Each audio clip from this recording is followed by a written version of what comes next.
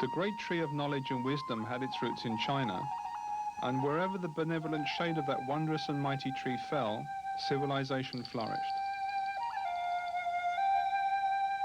Protected from the barbarian by a great wall to the north, over the centuries a culture developed that was the marvel of the world. Scholarship flourished. Literature, medicine and military strategy were invented, then improved upon generation after generation. As the Egyptian, Etruscan and Roman empires rose and fell, the Chinese continued to develop a unique society that was decades, indeed centuries ahead of all others. Advanced agricultural methods allowed the toil of peasants to feed the nation.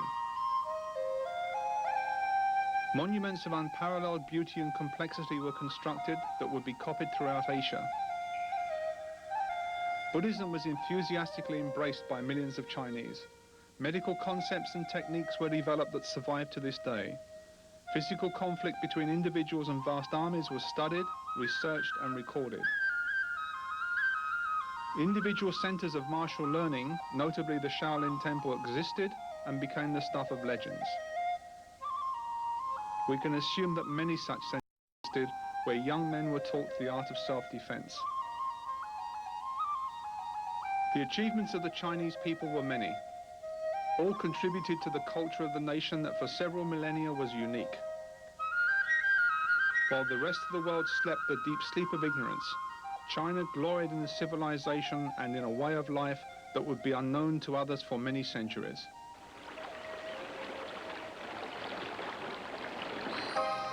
Then, after more than 5,000 years, burdened by the weight of its glory and exhausted by its many accomplishments, China began to die. Racked by civil commotion, foreign invasion, and an overly bureaucratic governmental structure, the great but now decadent kingdom began to falter. As China declined, Japan was being slowly opened to foreign trade after centuries of seclusion. Britain had established a far-flung empire upon which the sun, quite literally, never set, while America still bled from a war that had robbed it of the flower of its manhood. Unlike the phoenix of Chinese mythology, that was destroyed only to rise from its own ashes, there would be no miracle to save the Middle Kingdom. The seeds from the last blooming of the once glorious flower of Chinese culture would be scattered far and wide. Some fell on native soil, struggled to survive, but died. Others were taken to less civilized but younger and more vigorous cultures by foreign and traders. Here they would grow strong and robust once more in the virgin soil of these distant lands. There were many visitors from overseas who aspired to learn the unique, unarmed fighting methods of China, but few were qualified. Even fewer were capable of withstanding the rigorous and lengthy training that turned bodies of fragile bone and vulnerable flesh into sculptured stone and tempered steel. There were visitors to China, like the Okinawan Kanro Higaonna, who willingly paid the heavy price of acquiring superhuman strength and physical invincibility. For 14 years he paid in hardship, pain and suffering the cost of the passage from defenseless youth to master of the martial arts. When he left China in 1882 for his homeland of Okinawa, he took with him Sanchin and the other 8 kata that were fundamental to this fighting system, as well as the techniques and training methods of his chosen art. He would become in his homeland and the pillar of the Nahate method of unarmed combat that took its name from the city of Naha in southern Okinawa. To the art of which he became the chief exponent, he would add to in his maturity, as would his most capable student, Chojun Miyagi, in whose care this most aggressive and destructive fighting art was placed on the death of the master. It was he who refined it into a balanced and physical mental discipline, part hard and part soft, from which came hard soft school of China hand, Godzyu Ryu karate.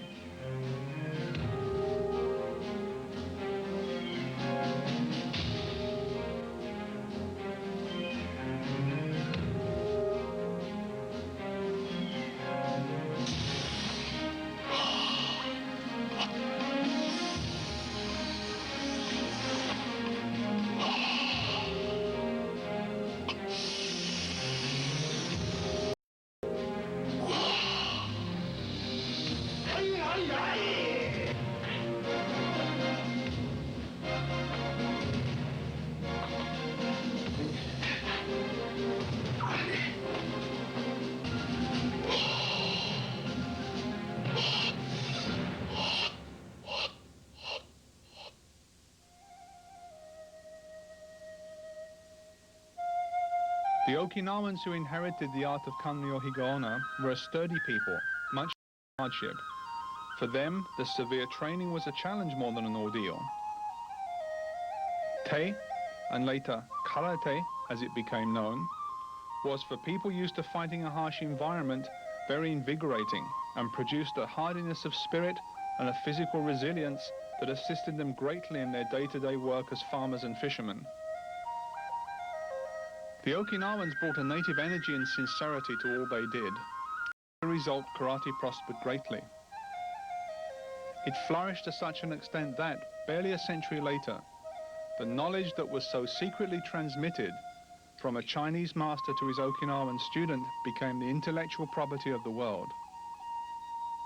An art that has become the activity of choice for many millions of people of every nationality, race and creed, but one that remains to this day, in some respects, as secret and shielded from the public gaze as it was centuries ago. Morihiro Higaonna is a member of karate's inner circle, one of the most qualified and respected teachers in the world. He is the heir to the legacy of Chojo Miyagi by virtue of being the premier student of Miyagi's last and most favored disciple. Renowned for the quality of his technique, his immense knowledge and his awesome power, no one is better qualified to present what makes Godzu Ryu karate unique and what makes its exponents feel in combat, sporting or otherwise.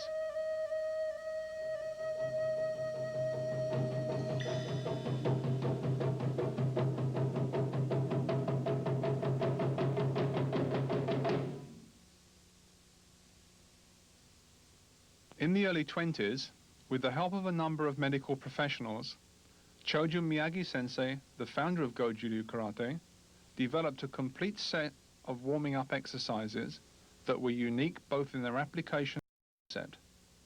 Until this time, warming up was a rather random affair, if done at all, and injuries were frequent when severe training was undertaken.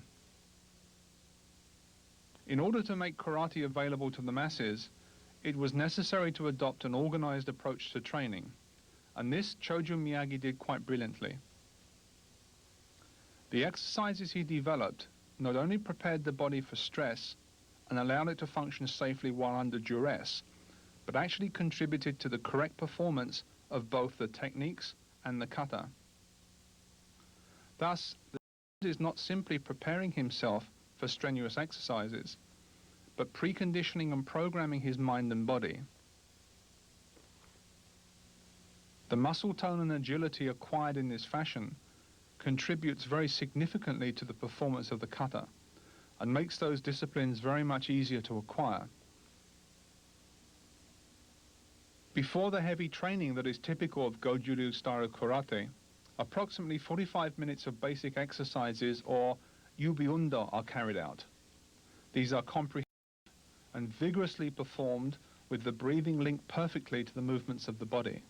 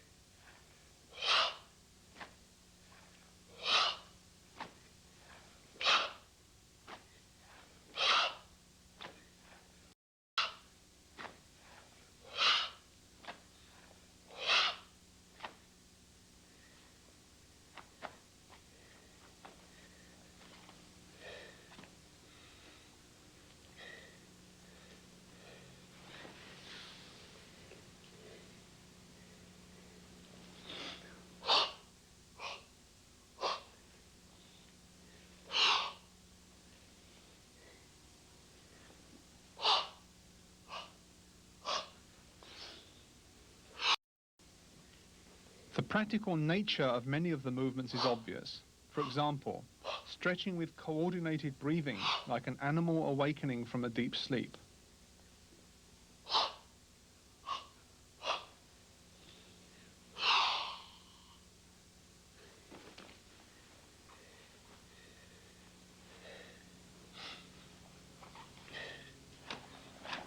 Swinging the arms to strengthen them and make them into weapons.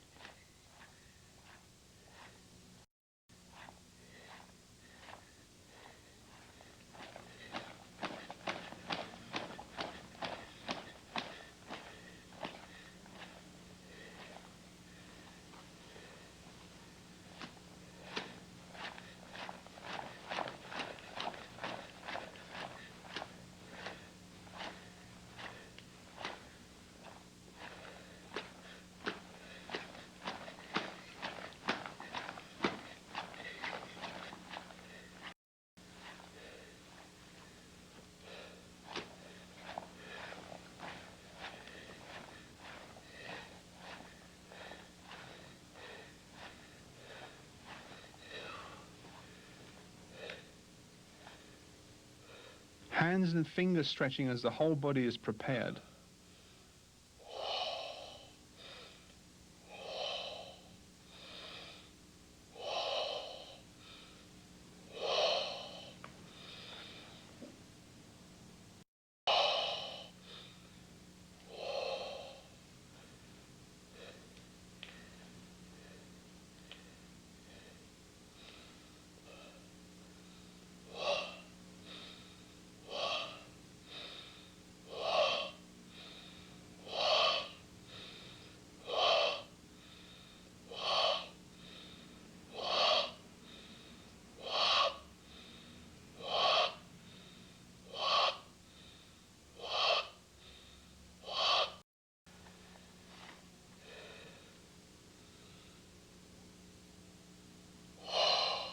The shoulder is pushed down as the neck is stretched. An exercise in which the concentration required to perform it is almost as important as the exercise itself.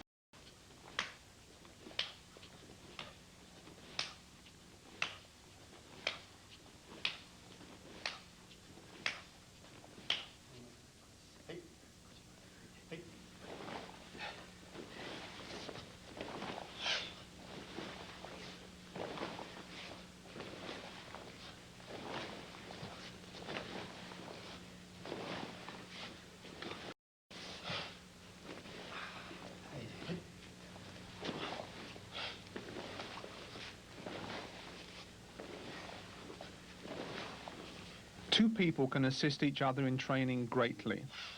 While one keeps his body stiff and falls against his partner, the other, keeping his body tight, catches him.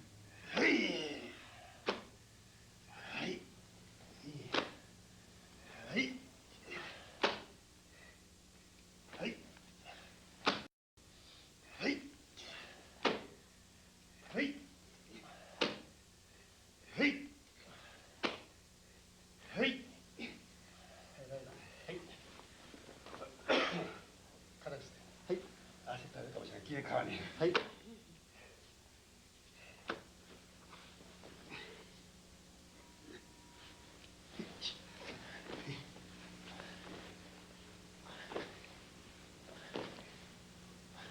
The body can also be used as a weight training device in this exercise.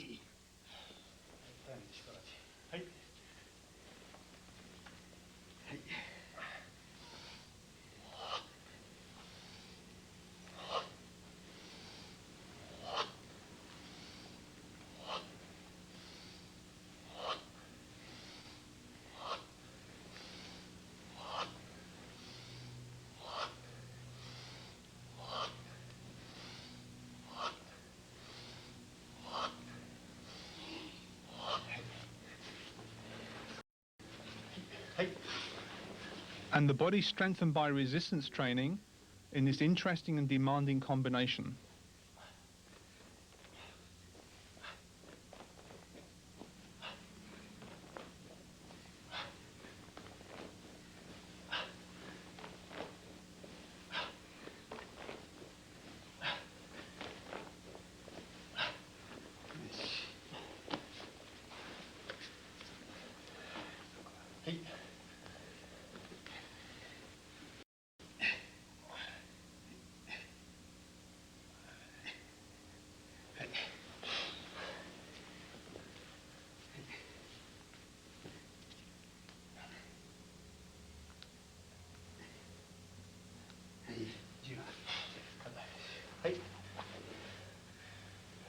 Stretching should be gradual and progressive, not jerky.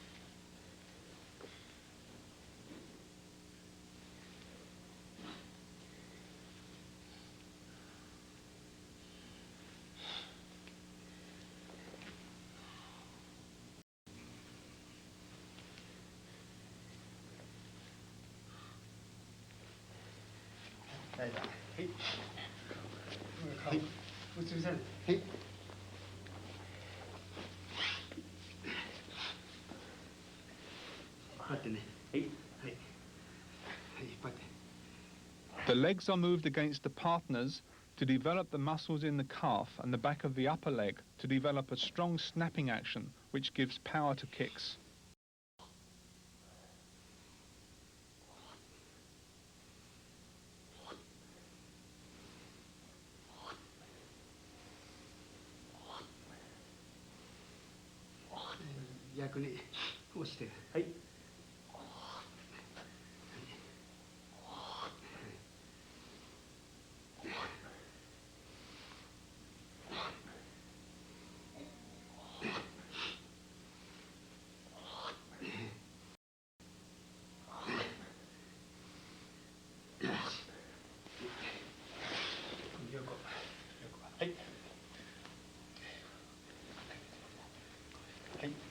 To safely stretch the side hip joint and leg, the body is stretched slowly and held for 20 to 30 seconds at the limit.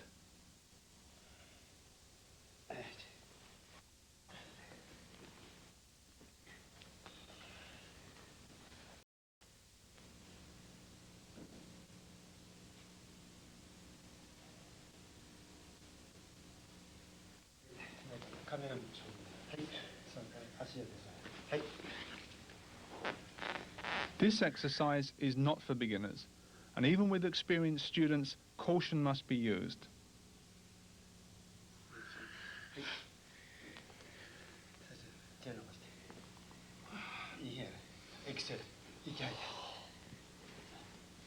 Stretch twice to the limit and hold for 20 to 30 seconds.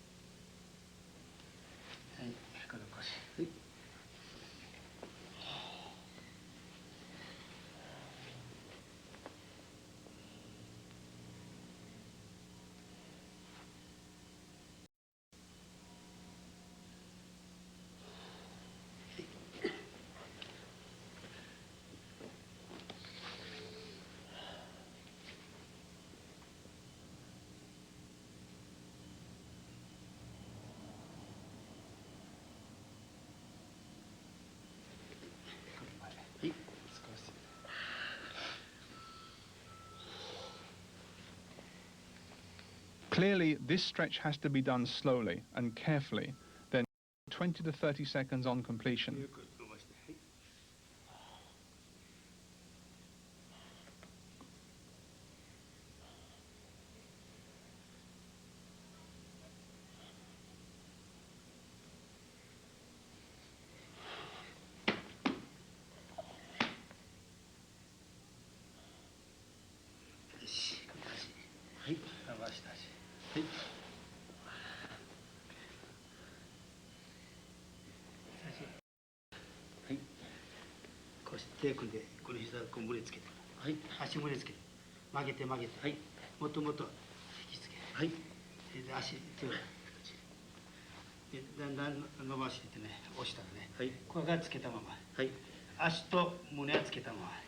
Pressure is carefully applied by the instructor to the student's body in order to stretch it to the point of utmost flexibility.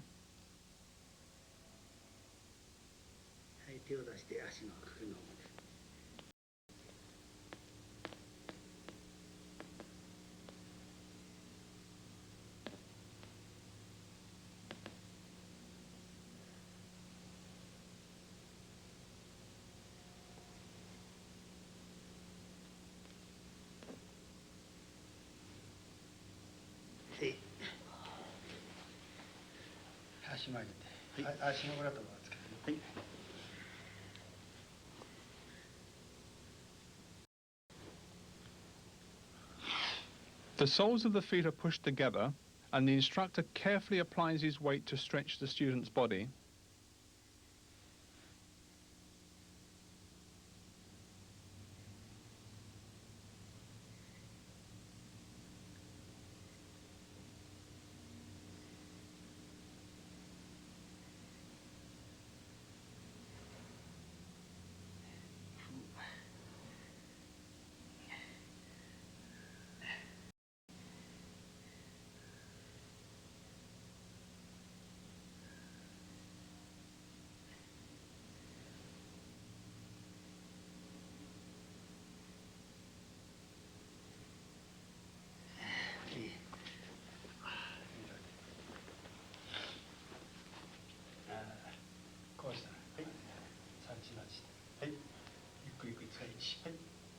Resistance training against the instructor does not use the body weight, but the muscles of the elbow and shoulders, as well as the lateral muscles.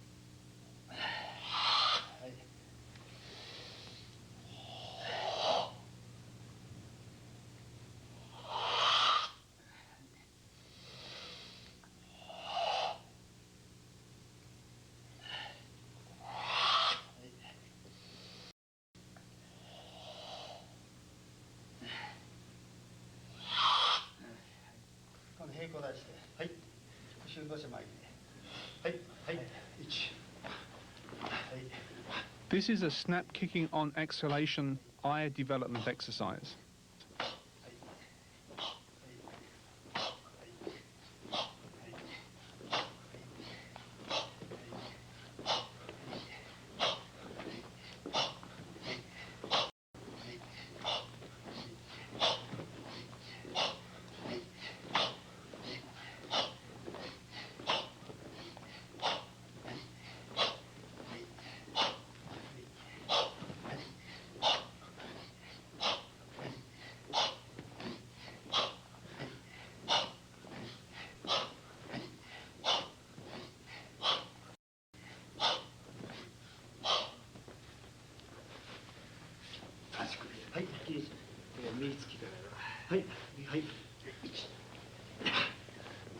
Another example of very beneficial training with a partner. Sit-ups combined with punching techniques.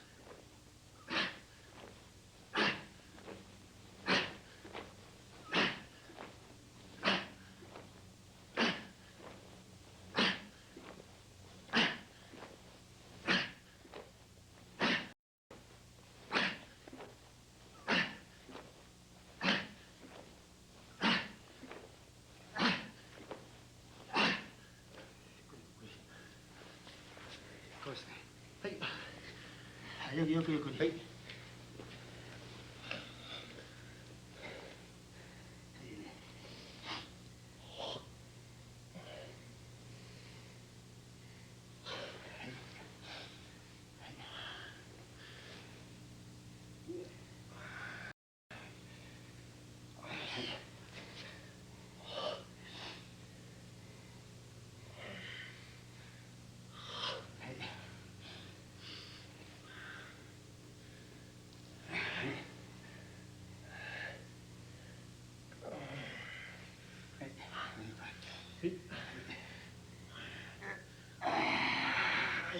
Hey.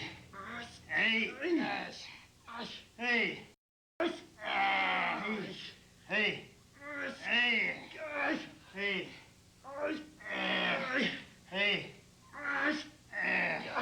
Hey. Hey. Hey. Hey. Hey. Hey. Hey.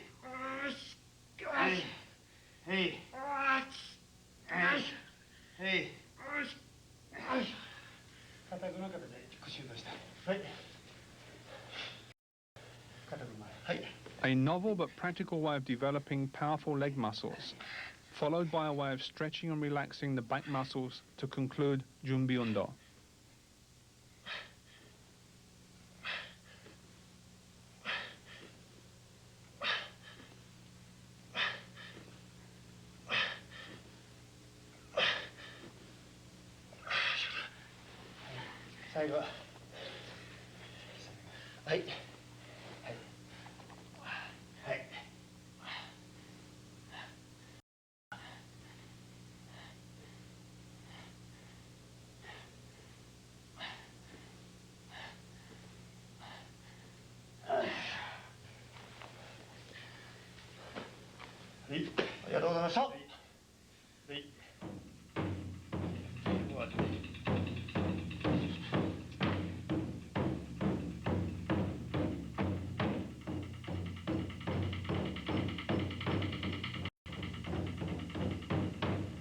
In the words of the founder of Godzyu Ryu Karate, supplementary exercises, Hojo Undo, are practiced with the aim of perfecting the kata.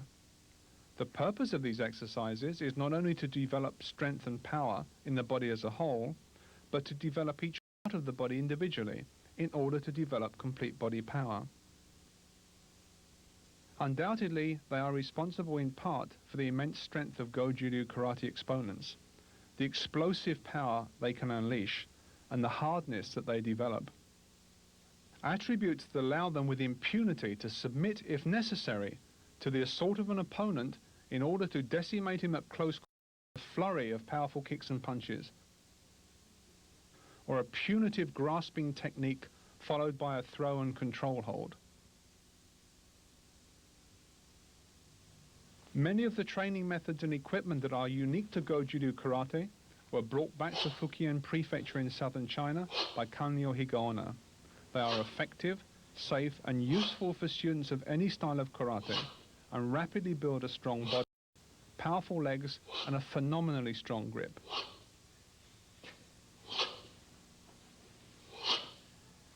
Training stones of varying weights are manipulated with both hands to develop the strength of the wrists, so that they will withstand the shock of a powerful punch being delivered.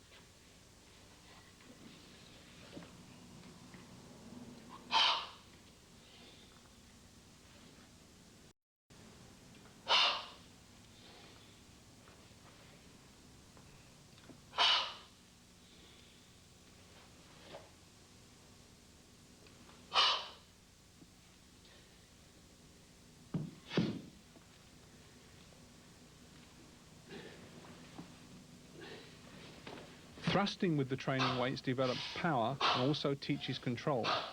The heavy weight, so forcefully pushed forward, must also be brought to a controlled with the muscles acting upon it.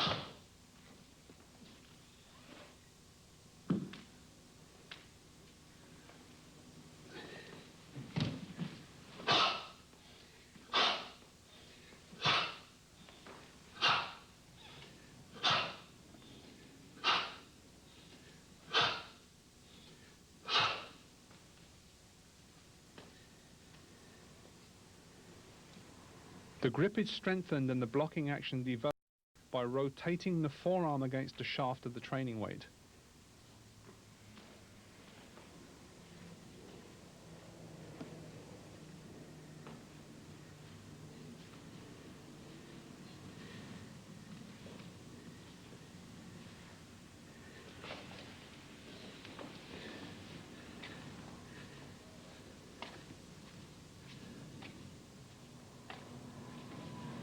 Repetitive raising and lowering actions with the training stone lead to formidable wrist and forearm development,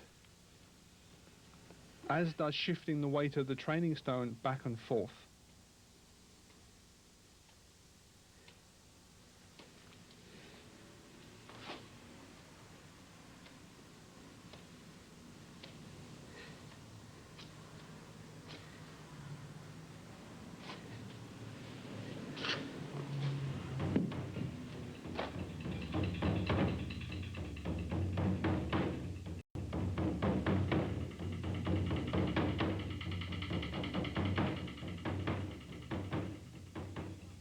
The nigirigame, literally gripping pot or jar, is another unusual training item much favored by Godzu Ryu exponents. With the stomach, body and legs tensed and the feet rooted to the floor, the performer regulates his breathing and settles his power into the center of his body. The heavy jars, which are made heavier by the addition of sand or water, are gripped with the tips of the fingers, raised and grip tightly as the karate exponent moves in the typical Godzu Ryu stance.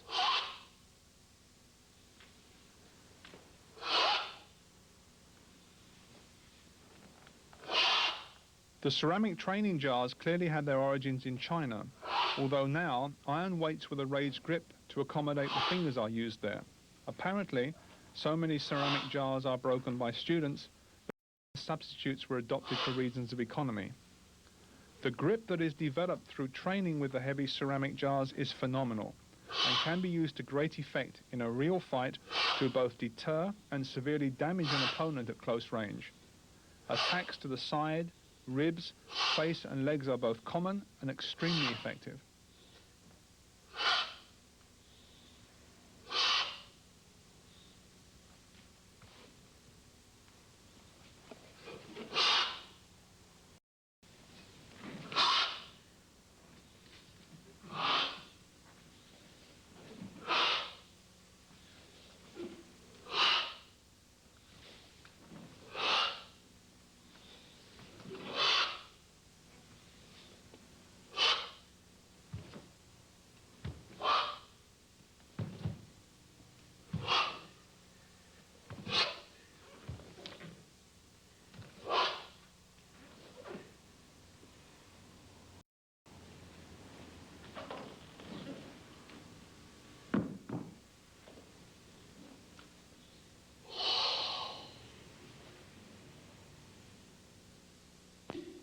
Grabbing his wrist, second grabbing his elbow.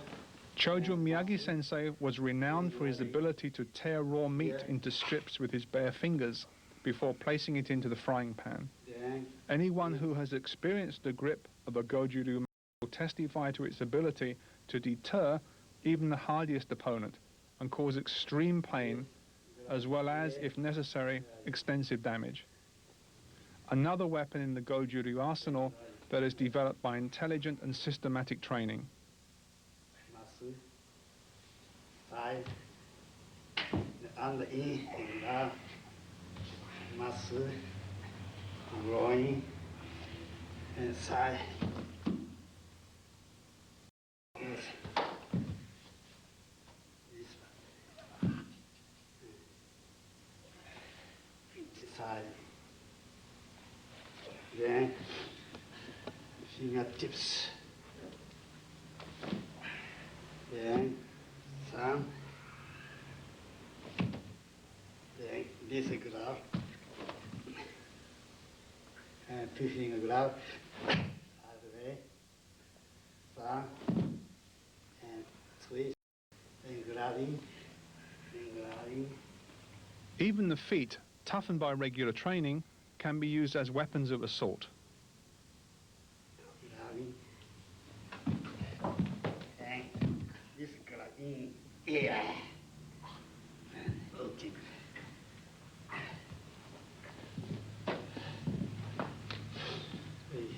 Stop.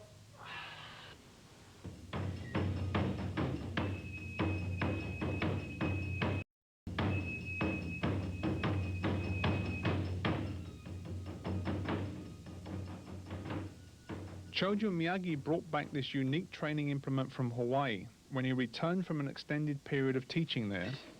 Weighing about 70 pounds, it is both heavy and awkward to manipulate, and therefore quickly develops both strength and control.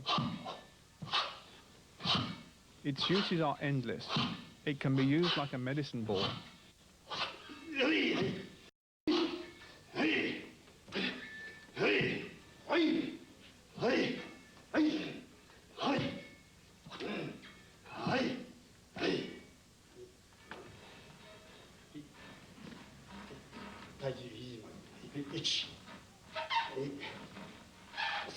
To strengthen the legs with squats.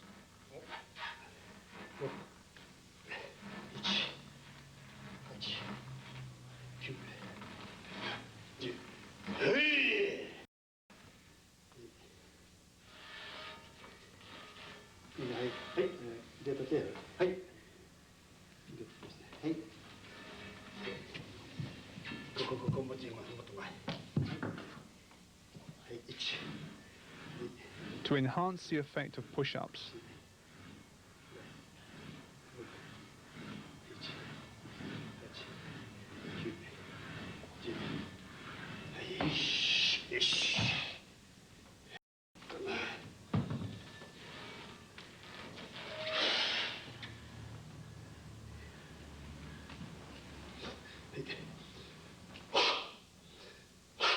And to develop explosive power.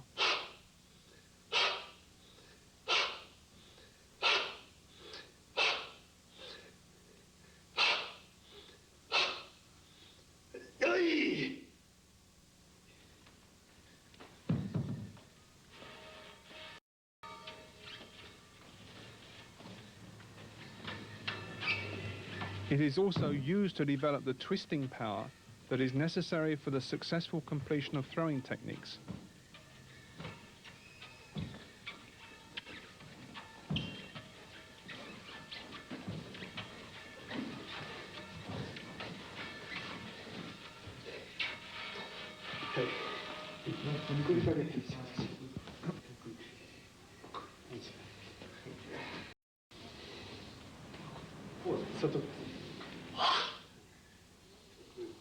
Here, a specific technique is performed while the weight is taken on the shoulders.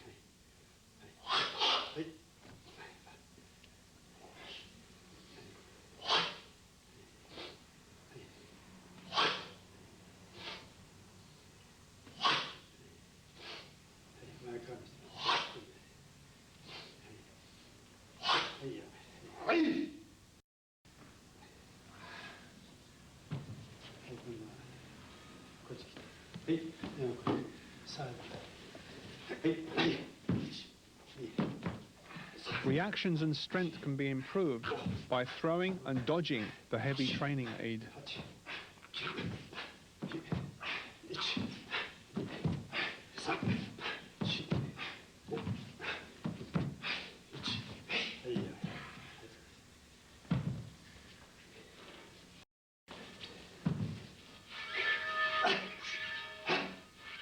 The Kongo Ken also has a role in body conditioning, where it is used to simulate a body check.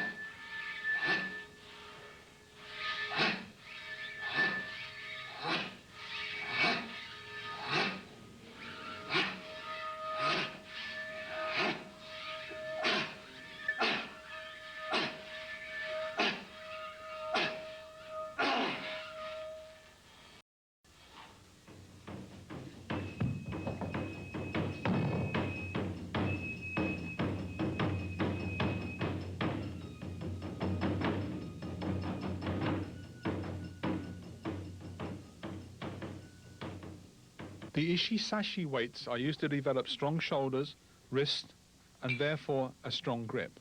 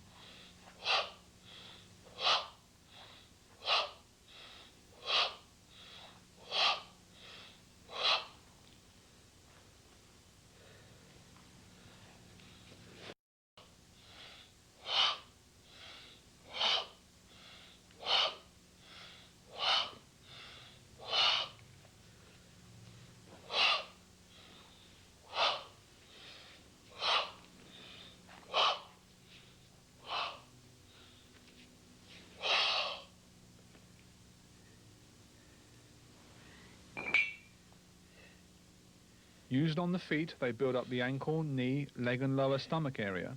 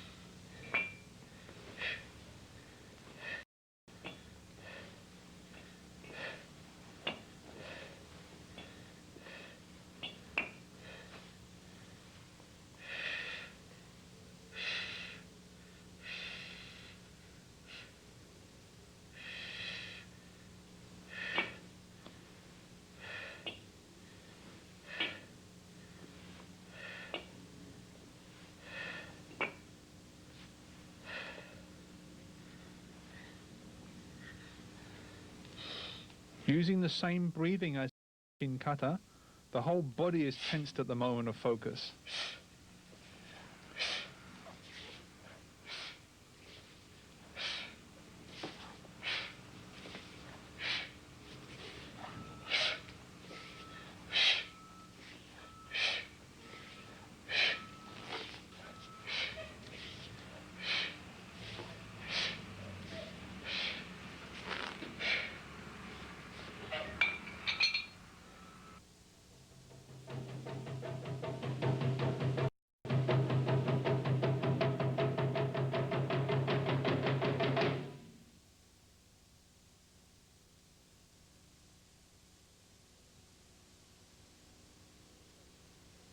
Being a pragmatic form of self-defense, Godzu Ryu karate promotes body conditioning to allow students to experience the repeated shocks of an actual combat, while at the same time hardening their bodies and strengthening their minds. Ude Tanren conditioning makes the arms strong and forges them into effective weapons for blocking and striking. The key to successful training is regular and serious practice. By this means, both the whole person is developed and a level of both mental and physical health and strength achieved that is the envy of many contemporary professional athletes.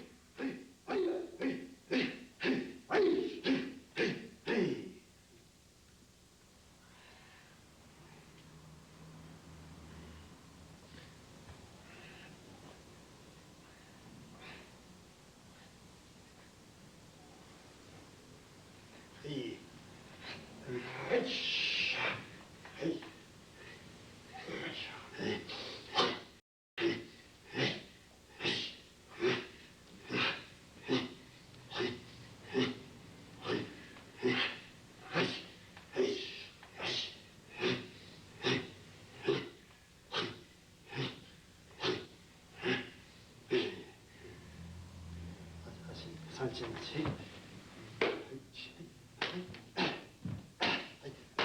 Some of the most powerful and therefore effective karate techniques must be endured if they are not to bring a speedy end to every clash of combatants. Resistance to the shock and pain are built up systematically by exercises such as these.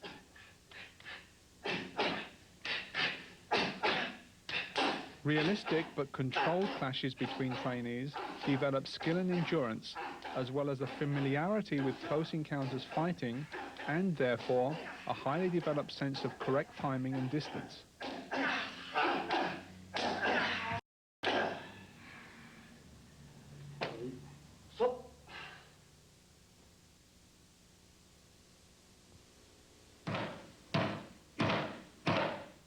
Conditioning is important, as it makes parts of the body into strong weapons to be used against an opponent when fighting in earnest. It also makes them largely invulnerable to damage in combat. Advanced practitioners spend hours strengthening and hardening each striking area of their body.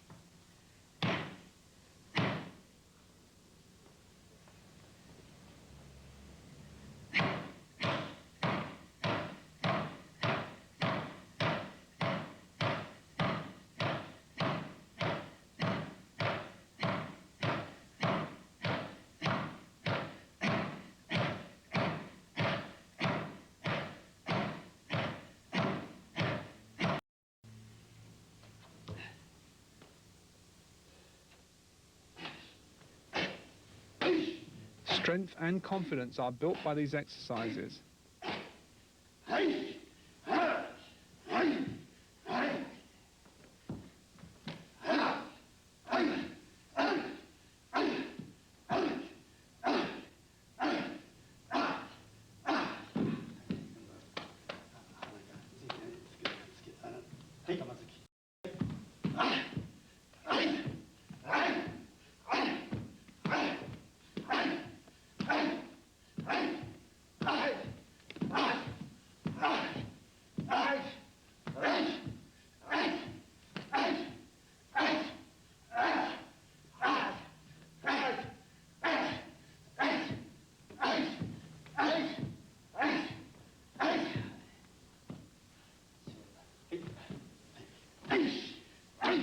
The more realistic the clash, the less unsettling the shock of actual combat.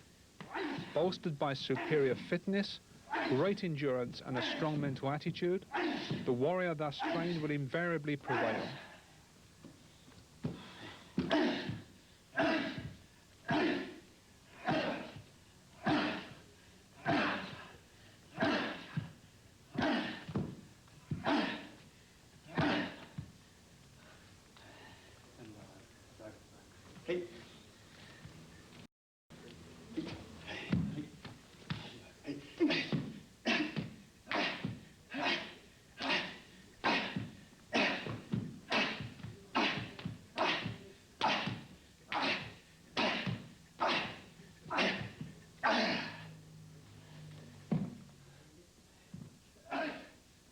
A fundamental precept of Godzu Ryu karate is that in an encounter, it is probable that one will be hit by an opponent before that encounter.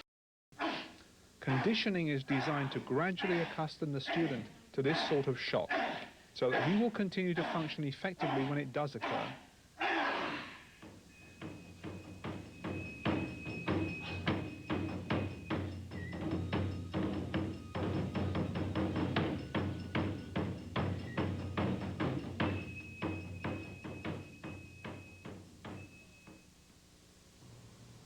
Striking the maki to condition the hands and feet and strengthen the body is unique to the practice of karate and is taken very seriously by high-level exponents.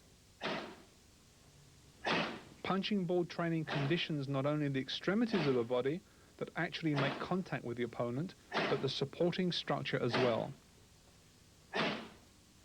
Repetitive striking builds up the wrist and forearm, shoulder, back and hips, as well as the supporting leg.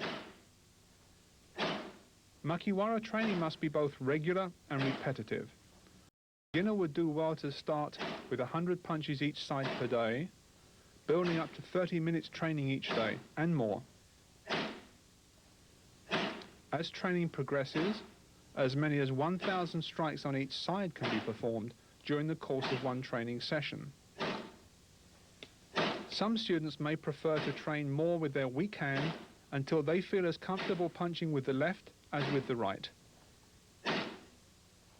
The makiwara should be adjusted to just below shoulder level, and strikes must be performed on exhalation as they would be in actual combat. Thus, as with all training in Godzyu Ryu, not only are the physical movements learned, but also the breathing and correct concentration and focus are perfected through continuous training.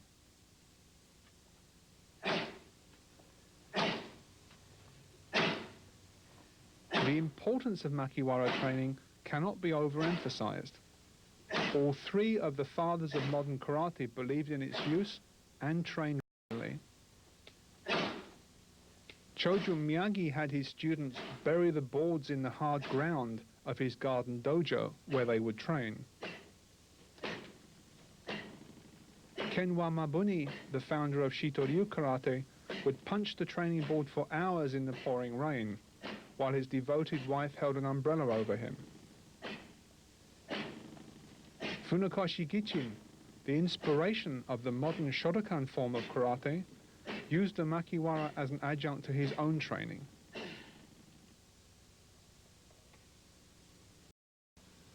The large makiwara teaches a different range of skills. The body and hands are strengthened, and an ideal target provided for backhand and open hand striking techniques. Power is concentrated in the first two knuckles of the fist, which may be gyrated at the moment of impact to create the greatest force. Many old karate teachers believed that striking with the third and fourth knuckles was dangerous, as Chinese medicine documents a link between the area and the heart.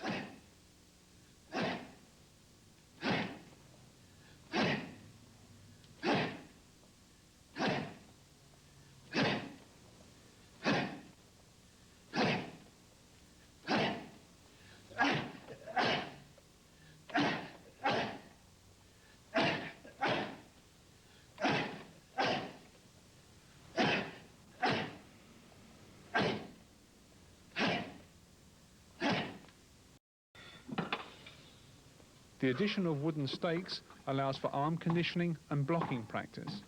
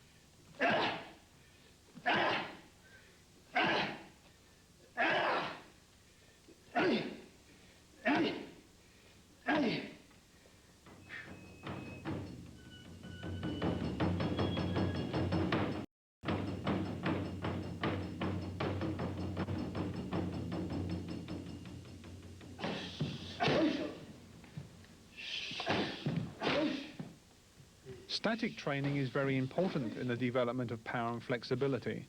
However, when a certain level of proficiency is reached, speed, focus, stamina, and the ability to combine techniques smoothly and effectively becomes of premier importance. This, the punching pads are used by the instructor to help his student fight effectively and for an extended period, while breathing correctly, applying hip twist to the kicking techniques, and showing good coordination.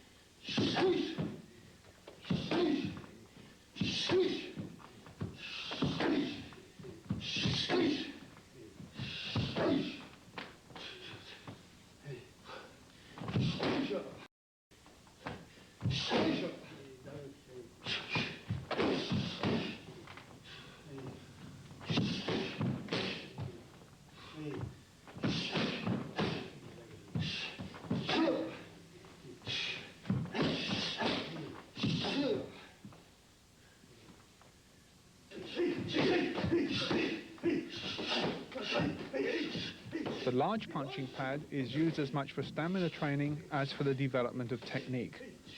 The student is encouraged to attack vigorously, using full power and as many combinations as he can manage until only spirit and determination drive him on.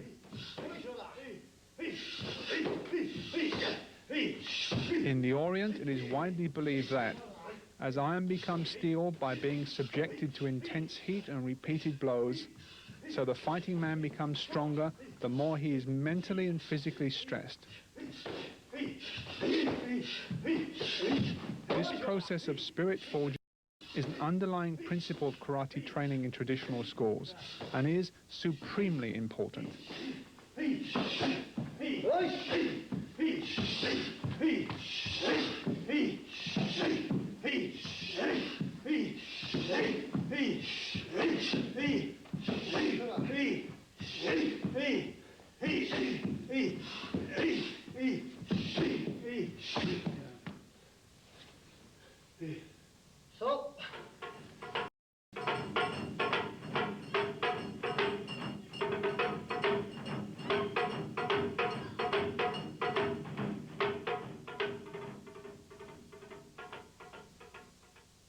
When Kanyo Higaonna returned from southern China, he brought with him much of what we know as the Godzu Ryu system of karate today.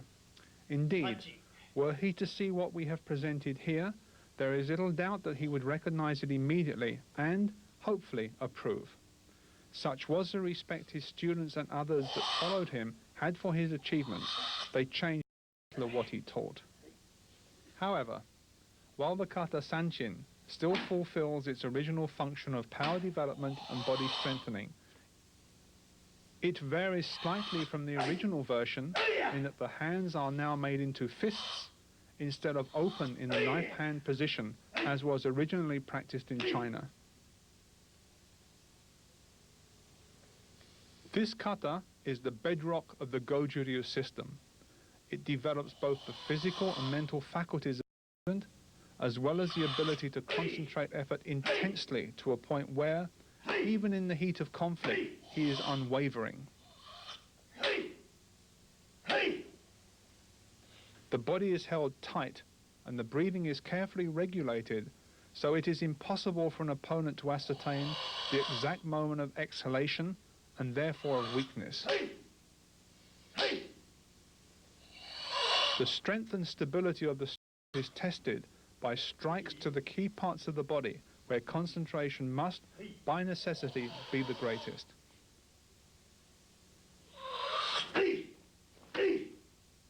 What an opponent sees when he looks at a Godzu Ryu exponent is a powerful presence, determined and capable of inflicting a massive amount of damage if provoked. The body seems to be, as Miyagi Chojun would say, like a correctly inflated ball, not too hard nor too soft, but easily capable of repulsing the strongest blow without suffering damage. It naturally follows that the student who can withstand strong and concentrated blows will have little to fear in actual combat.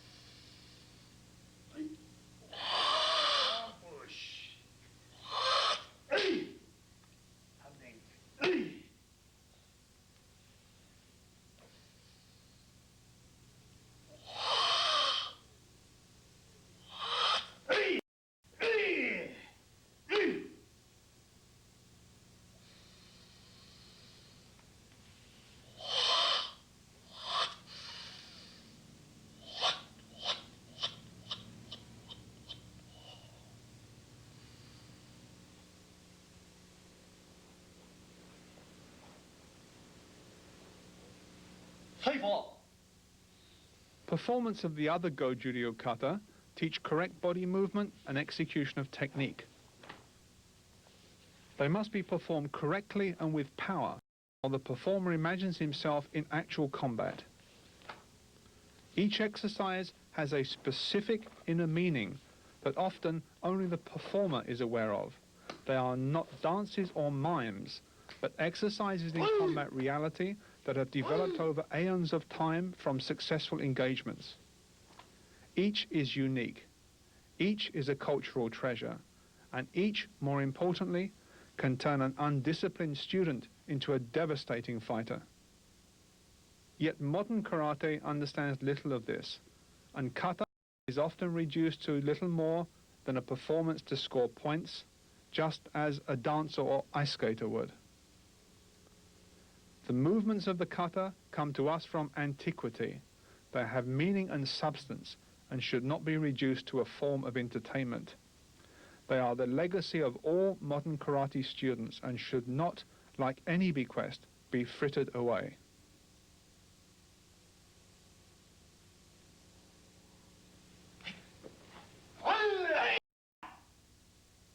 The conversion of kata from training for combat to a performance art, as in modern karate, has led to a lack of understanding of both the obvious and secret meanings of many of the movements. Generally referred to as bunkai or applications, these are the most essential elements that have been lost to all but the most traditional styles of karate.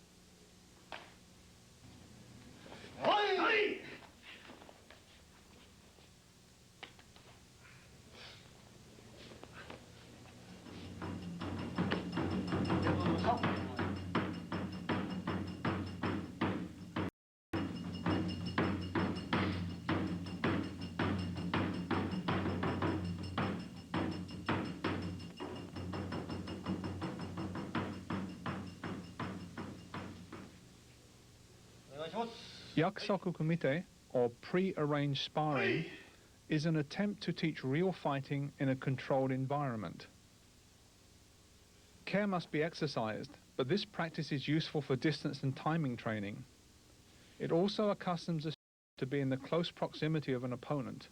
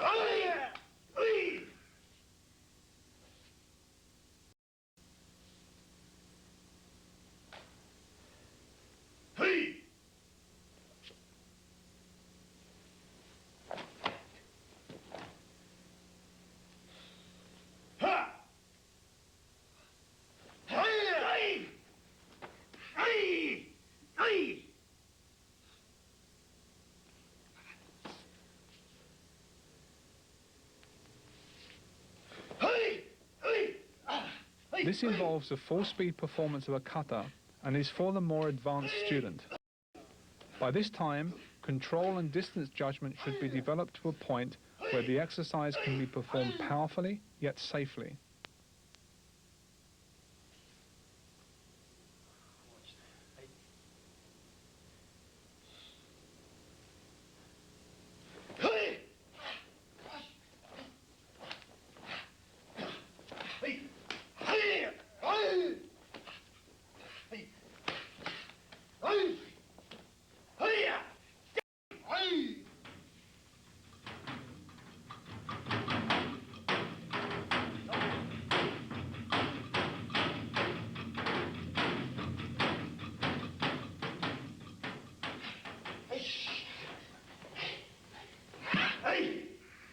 Godju Ryu karate does not rely entirely upon punching and kicking methods, but retains effective throwing techniques.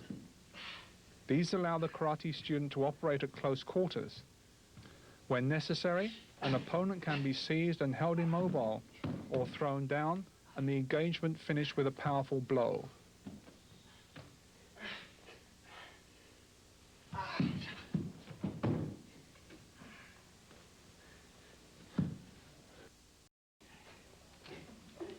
The pushing hands exercise is typical of many ancient and extant Chinese martial arts.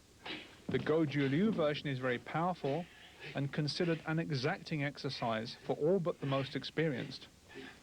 When a weakness is sensed in the opponent, the opportunity is seized and a technique applied. Experienced instructors can actually sense the opponent's intentions through direct contact with his body. Clearly, this could be a life-saving talent when fighting in subdued light or in a restricted space.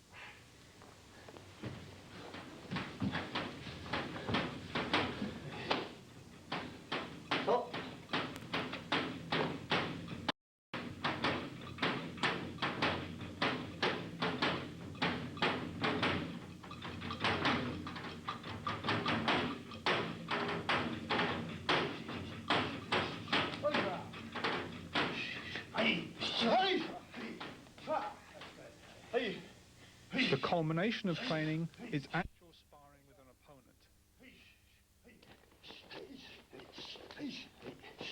Preliminary and fundamental exercises, conditioning, kiwara training and kata all lead the student along the path that culminates in an engagement with an opponent. The student's ability is tested to the limit. If his stamina fails him, the hours of training will be wasted. If his techniques are performed badly, his reserves of energy will be easily squandered. All weapons in the karate armory must be honed to the point of perfection for a contest in which one will win and one will lose should be considered.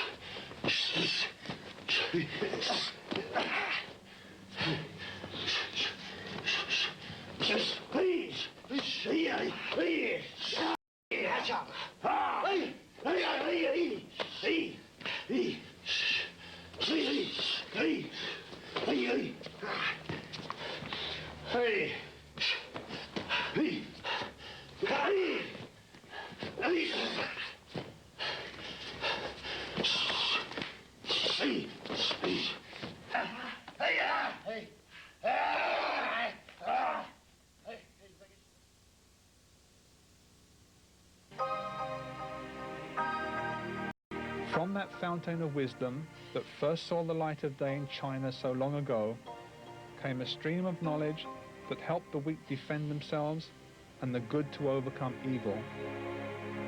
Through the work of pioneers like Kanyo Higaonna, it spread to Okinawa where, becoming a river with 3 tributaries, characterized by Choju Miyagi, Kenwa Mabuni, and Funakoshi Gichin, it crossed to Japan. The efforts of these pioneers, from whom all major styles of karate came to us, have borne fruit to the extent that karate is now a worldwide movement with members in almost every country. A triumph to be certain, but one that must be tempered and maintained by adherence to the traditions and principles of the art. Karate, by its very nature, is a solitary endeavor that demands in exchange for strength, good health and fighting ability, time and effort to satisfy the dream that Kanyo Higaonna had of being transformed, defenseless youth, into a man of iron. It also requires of the fighting man who wishes to become invincible that which, like the concept of infinity, has no known limit: humility.